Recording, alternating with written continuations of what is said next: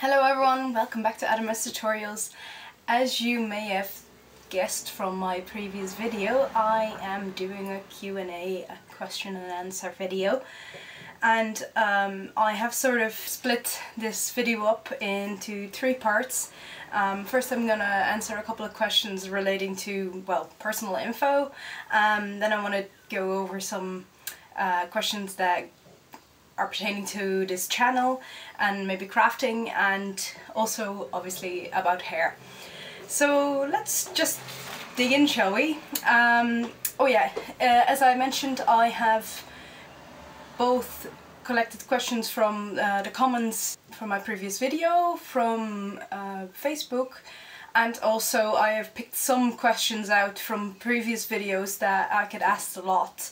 So probably the most asked question on my channel is, where am I from? Am I Irish?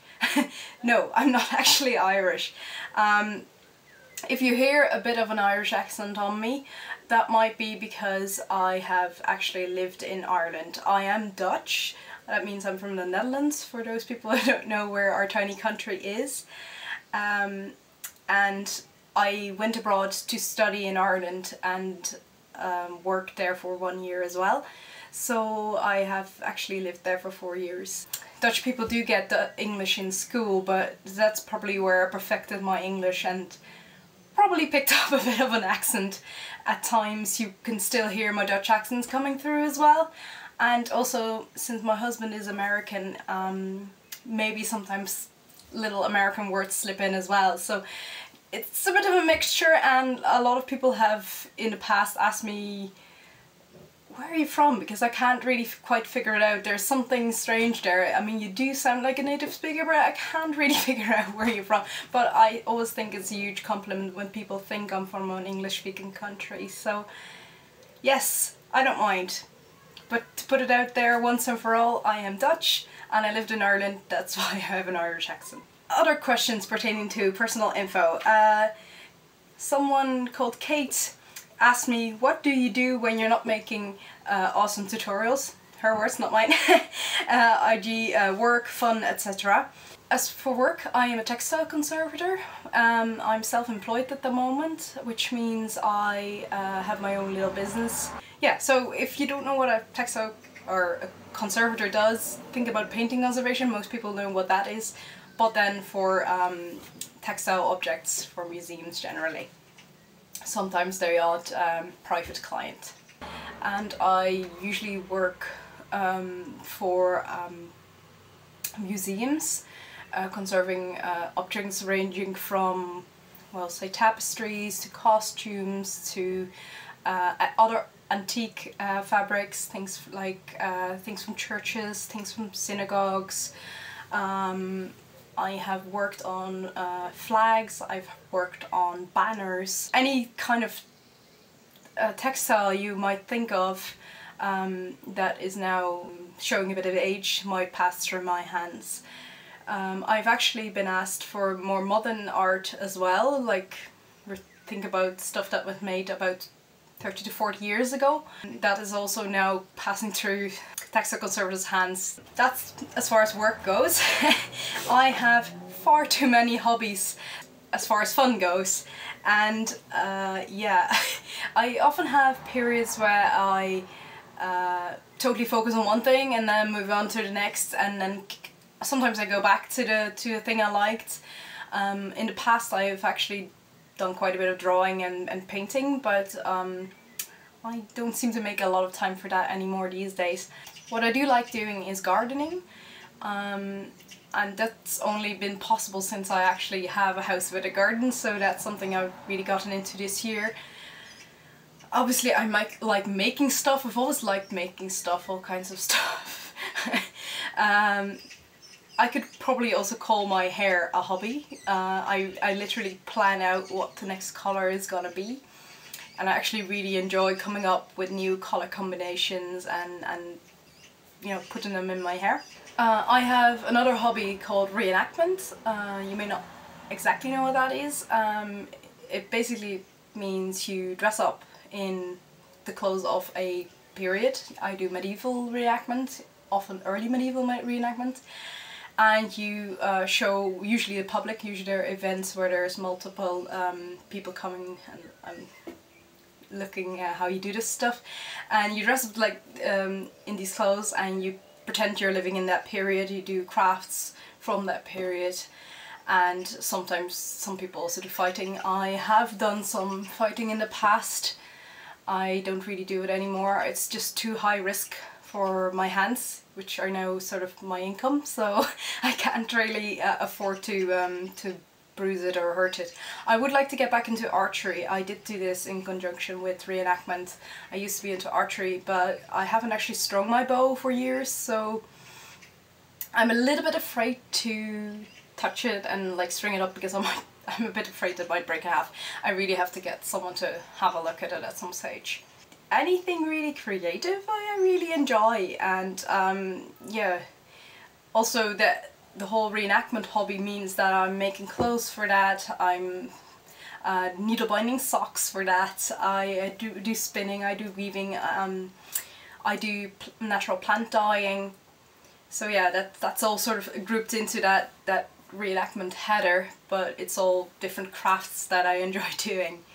I used to be quite a little bit of a gamer as well. I must say, after I stopped playing World of Warcraft, I had a lot more time for these things, like crafting and stuff. So yeah, things come and go. I do find gaming still quite entertaining, especially in wintertime. I like to occasionally play a game. I think I would like to play a bit more of Skyrim and Rift, so I might get back into that. Oh yeah, and Diablo 3. So yeah, maybe that's something for this winter. We'll see. Making YouTube videos these days also takes a bit of my time, so you can only do so much. I bet I have other hobbies, but that's what I can think of at the moment. There's lots of things I do, and yeah, not enough time basically. KT asks me, how did I become a textile conservator? Now, this sort of goes back to me going to study abroad. Immediately after my secondary school, I decided I wanted to go and study abroad. And what I did is I applied for schools in Ireland, and I went to University College Cork in the south of Ireland, and actually studied art history there and Celtic civilization. And I liked art history, that was my major, but it's not a very practical study, as in you can't do that much with it. And always before I was decided that I wanted to do art history, I kind of was doubting, should I go maybe to you know, an art school and actually do practical art. But as it turned out, that would have been a bit hard if I wanted to go abroad, so I decided to go the more theoretical route. But I always had the interest in also doing practical stuff. And when I came to choosing a master's, I decided, oh, you know what, I'm going to do conservation. That way I can combine the theoretical with the practical. And I decided I want to go do actually painting conservation at first. And most of these schools that do painting conservation and also actually textile conservation, you have some kind of application process, and you have to do an interview and bring a portfolio and all that. And I got into a school here back in the Netherlands, so I moved back to the Netherlands to do my master's. I started with painting conservation, but after doing that for 2 years I realized that I had never really given any thought to other kinds of conservation work, and I came across it because in the same university they also gave the other conservation disciplines like metal conservation, ceramics, textiles, furniture, the lot basically. And I realized I actually quite would like to do a conservation subject where you don't sit at the same object for months at a time. Textile conservation is a lot more varied than painting conservation, and I made the switch. I did 2 years of masters for painting conservation, and then after that I decided to do the entire masters for for textile conservation. So that is 2 years of masters, then 2 years of internships, and before that you also have sort of like a in-between year, a minor that you need to do in order to get into that program. I already did that before painting conservation. So yeah, that's how I became a textile conservator. Other things about me. I got asked by someone how tall I was. I am not very tall. I am 5'1", if I say that correctly, 157 centimeters. So if I did not do that conversion right, then yeah, don't shoot me. I usually work in centimeters. And another question I get asked a couple of times is, and this time it was by Stephanie, why did you choose your screen name? I think I already touched on this in the too much information tag, but I will mention it again here. Aodhamair used to be my main character when I was playing World of Warcraft, and it was a fire mage, and when I initially wrote that character I wanted it to be an Irish name, and I wanted it to sort of reflect the nature of a fire mage. So I went looking for an old Irish name that sort of had that connotation, and what I came up with was Aodhamair, and supposedly it means fiery one. Now if my Gaelic does not check out, I'm sorry. Don't get offended, Irish people, but yeah, that's initially what I thought it meant, and that's why I picked it, and that sort of became my internet alias. So yeah, Aodhamair kind of got attached to me through that game, and now it's also attached to this channel. I wonder now sometimes if I should not have chosen an easier name, and maybe at some stage I might change it, but at this stage I don't really know what I would change it into. So yeah, if anyone has any good ideas, please let me know. Okay, let's move on to YouTube related questions and craft related questions. Sarah asks me, what topics do you most like to make a video of? Now I find this kind of hard to answer, because I do really enjoy the crafting videos, but they do take a lot more planning and preparation and time to actually shoot. So sometimes it's nice to just get in front of a camera and blab, if I may say so, and just talk and interact a bit more. It sometimes feels a bit impersonal doing the craft videos, and that's why I like to interrupt them with hair stuff, because it's really one of my other creative outlets. So I do really enjoy the hair dyeing videos as well, but unfortunately I cannot do them that often, because obviously, well, you first need to remove your hair color before you can do the next, and yeah, if my hair looks a bit washed out, that's why, because I'm trying really hard to get this red out so I can do something more interesting again. So yeah, if it looks a bit not so great, that's why. I got another question, and that is, would you consider making a video together with another Dutch, doesn't have to be Dutch, YouTuber if you were asked? Yes, definitely. I'm definitely up for that. I don't know that many. I did actually meet one other person. She's called Zombie-san, and I'll put the link to her channel in here, so you can check her out if you want to. I accidentally met her at a local cars and bikes festival, and yeah, we were considering maybe doing something together at some stage, but it's not in the make yet. But if any other YouTuber would like to do a collaboration, yes, I'm up for it. I mean, obviously you would want to find someone that has similar sort of interests in their videos, otherwise what's the point really? But yeah, that would be fun. I could dig that. I got another question from Tabitha. She asked me what inspires me. Ooh, tough one. And see, the tricky part with inspiration is it can come from anywhere, and it sometimes comes at the most random times when you're totally not expecting it. And I do find that most ideas pop in my head when I am just about to fall asleep, when I'm lying in bed and you don't have any other distractions, or when I'm taking a shower. And I think the main reason for that is because at those times you're not actually poking at your phone, keeping your brain entertained, and random ideas may just pop in your head. It's often also an accumulation of things you've seen, and it takes time. They sort of like brood in the back of your head, and after a while you come up with something. And getting ideas has never been much of an issue for me. I have always been quite creative, and things just kind of come to me. I realise that is a bit of a luxury, but that's why I do what I do. If I'm really stuck for inspiration, I often find Pinterest a very, very useful medium, just to look through tons of pictures, and I have gotten so much inspiration from Pinterest.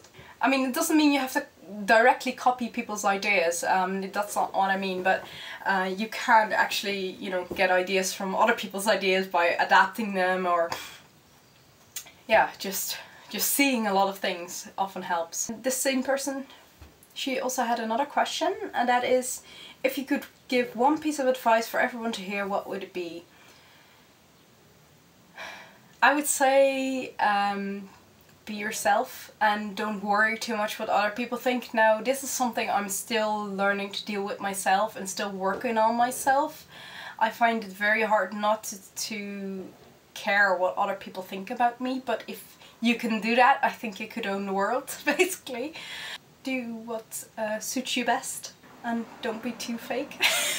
I mean, don't get me wrong, I do like bright coloured hair, which I guess some people might consider fake. Only do things that suit you. I've gotten a lot of people say, when I had the rainbow hair and stuff, I've had a lot of people say, oh, it really suits you. And I always find that kind of strange, because they're total strangers saying this to you, and you're just going, but you don't really know me. You only have known me with this hair, so... But anyway, yeah, apparently I was doing something right. Apparently it did look natural on me, as far as rainbow hair can look natural on anyone, but yeah. I also got a question, now this was pertaining to my fancy fair outfit video, and I got asked this question twice in the comments, is whether I make corsets myself. No, I don't, unfortunately, but I would love to learn.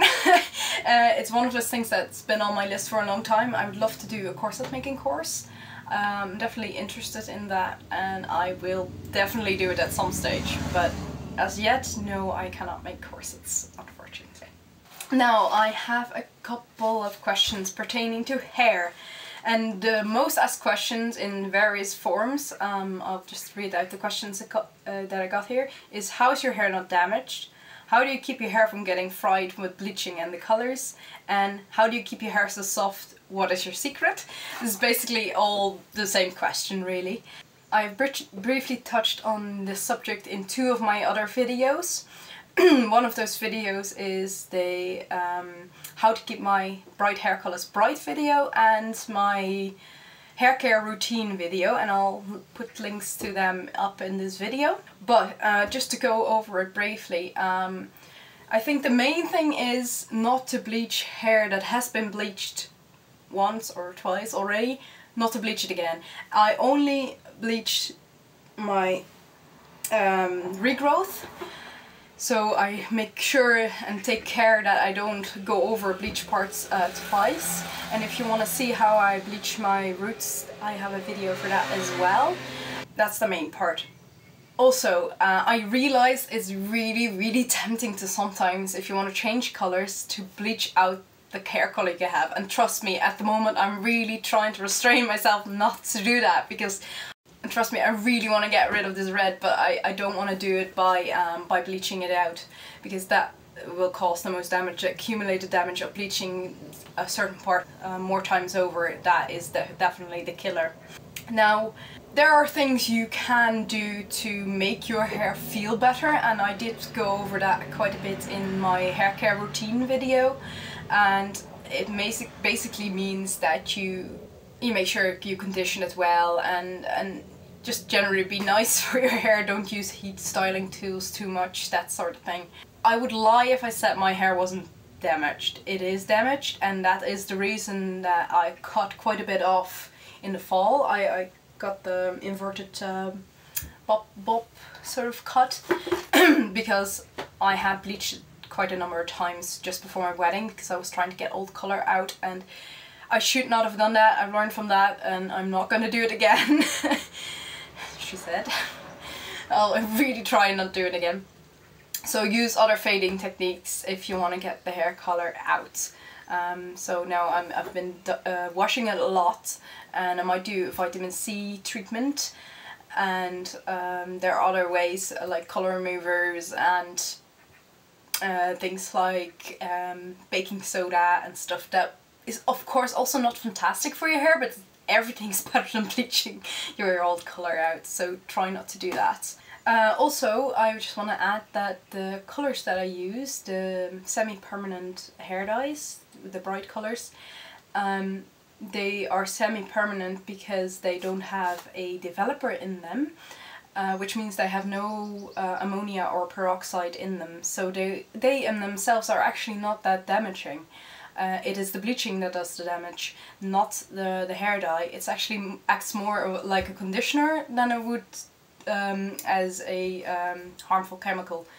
So yeah, semi-permanent dyes, or sometimes called direct dyes, are definitely better for your hair than permanent dyes, but it does mean they wash out. They get a bit pale after a while, but that is also the fun of it because you can keep changing your hair color if you want to. Someone also asked me, have you ever thought about doing hair professionally? I have considered doing a professional hair dyeing cutting course. I might still do that sort of as an evening course at some stage, but it would mainly be to improve my own technique, not so much to do it as a job. I have not really got the interest to pursue this as a career, but I would like to know a bit more about it and would be happy to maybe do my friend's hair or something. But I don't think I would start working at a salon or anything. I mean, I did study long enough to become a textile conservator that I don't really want to throw that whole education, university education away. Yeah, I would love to do a proper course, especially in colouring, and also cutting would be very nice to have, and I might actually do that at some stage, but it's not a cheap course, so I would have to save up for it. Okay, last question that I have here, it comes from Gwen, and she asks, you showed us many hairstyles, which one is your favourite one? I had to think about this one. I love my rainbows. Obviously that's not really a hairstyle, but yeah.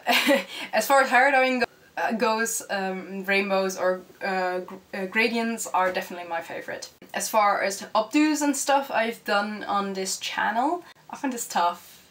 I think my personal favourite is probably my Marie Antoinette hair because it's just so wacky. So yeah, I'll put a link to that video as well in here. It is a little bit over the top, granted, and it's not very wearable, but I did really enjoy that. I also did like a Gibson Girl updo from around 1900. I think that looked actually really quite cool with the different tones I had in my hair at that moment in time. I realised not really very period, but it did look very nice, I thought. So yeah, that's probably two of my favourites. I would love to do some more historical hairstyles at some point, but my hair at the moment is a little bit short for that, so I may have to wait till it grows out a bit. But I love braids as well. Like, as far as everyday hairstyles go, I would often wear my hair sort of in a twisted, pushed up sort of configuration on both sides that sort of looks a little bit 50s inspired. That is something I often wear to work. Also, I might do a part in the middle and then two braids on the side. In general, I quite like half up, half down hairstyles. I find they're a little bit harder to do now my hair is a bit shorter, but I still try and adapt them for my shorter hair. Can't wait for this to grow again, by the way. Oh wow, I really want my hair to get longer again. But I don't really regret chopping it off because I really did need that cut. Sometimes you gotta do what you gotta do, and the great thing about hair is it always grows back. I mean, even if you have to cut it all off about that length, it will grow back. I rather would not do it, but at least you have the surety that it will grow back. So And there's always things like hair extensions and dreadlock falls to jazz it up a bit when you get bored with your normal hair. Or is that just me? I don't know. Anyway, that was all the questions on my list. If there's anything else you would like to ask me, obviously feel free to leave me more questions. I can always do a second Q&A video if I have collected enough of them. I think this video is already quite long, me blabbing on about myself, but I really hope you guys did enjoy learning a bit more about me. If you did, please click that like button, it really helps boost this channel up a bit. Yeah, check out my Facebook page and my Pinterest page if you're into that sort of thing, if you need a bit of inspiration yourself, and I will see you hopefully next week. Bye everyone!